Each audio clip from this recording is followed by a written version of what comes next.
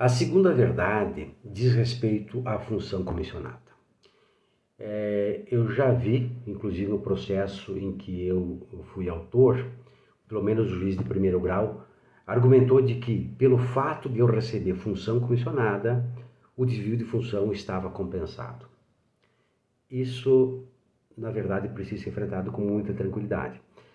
A Constituição Federal prevê de forma expressa que a função comissionada ela serve para retribuir o servidor que executa, além de suas atividades rotineiras, atividades relacionadas à direção, chefia e assessoramento. Ou seja, o servidor está fazendo um minuto de despacho, um minuto de sentença, e paralelo a isso ele coordena uma equipe, por isso ele recebe a função. Então, a verba da função comissionada ela é vinculada a essas atribuições.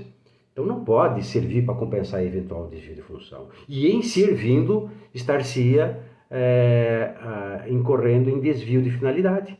Porque não é essa a finalidade que a Constituição deu à verba relativa à função de confiança. Portanto, é uma verdade que precisa ser dita. A função de confiança não serve para compensar eventual desvio de função. Isso, inclusive, consta num parecer do Tribunal de Contas que diz exatamente isso.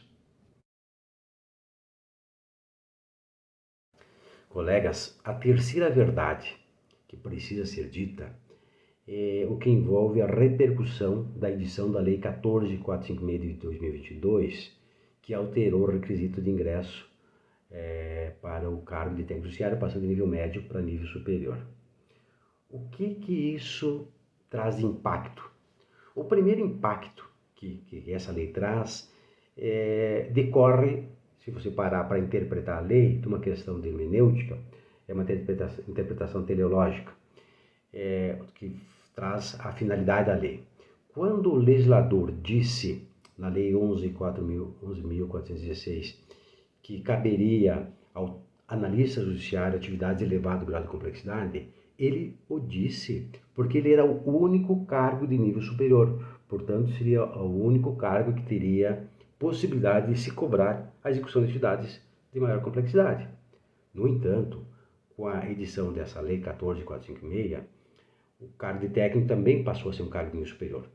Portanto, na inteligência da lei, que procurou resguardar atividade de elevado grau de complexidade para quem detém nível superior, com isso, o técnico e o analista podem desempenhar atividade de elevado grau de complexidade, porque são dois cargos de nível superior.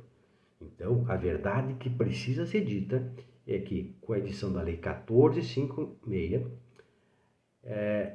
a questão de desvio de função restou encerrada. Portanto, não há o que se falar na constância do desvio de função a partir da edição dessa lei, porque, em sendo um cargo de nível superior, se pode cobrar do servidor a execução da atividade que demande conhecimento de nível superior para sua execução. Bom, colegas, resumindo, embora tenha mais aspectos que poderíamos enfrentar, mas para não ficar muito longo, vamos resumir. Então, hoje a gente enfrentou 2 mitos e trouxe pelo menos 3 verdades. Mas o que fazer com essas informações? Colegas, com a edição da Lei 14.456, que encerrou essa discussão que envolve o desvio de função, porque alterando o nível de escolaridade para nível superior, ela retira a exclusividade do analista para executar atividade de elevado grau de complexidade.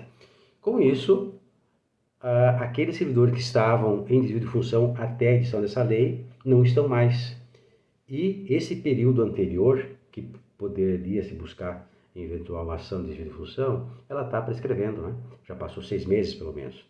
Então, o que se pode fazer? Ou ingressar com uma ação de desvio de função, buscando o reconhecimento desse período, ou entrar com uma ação de protesto antipreclusivo, para que se evite o interrompa a prescrição, para que eventualmente no futuro tu tenha a liberdade de vir a buscar esse que é teu direito, que eu entendo que é teu direito.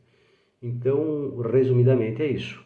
Nós precisamos levar em conta esses aspectos que foram abordados aqui e avaliar se você entende pertinente ou não ingressar com ação buscando indenização por desvio de função ou entrar com um protesto antipreclusivo para se resguardar para o futuro. Tá bem, colegas? É isso que eu gostaria de colocar para vocês. Existem mais assuntos que poderiam ser abordados, mas esse vídeo não tinha a intenção de ser muito aprofundado. Era fazer um resumo desses aspectos aí que eu entendo que são relevantes e que precisam ser enfrentados. Tá bem? Até a próxima.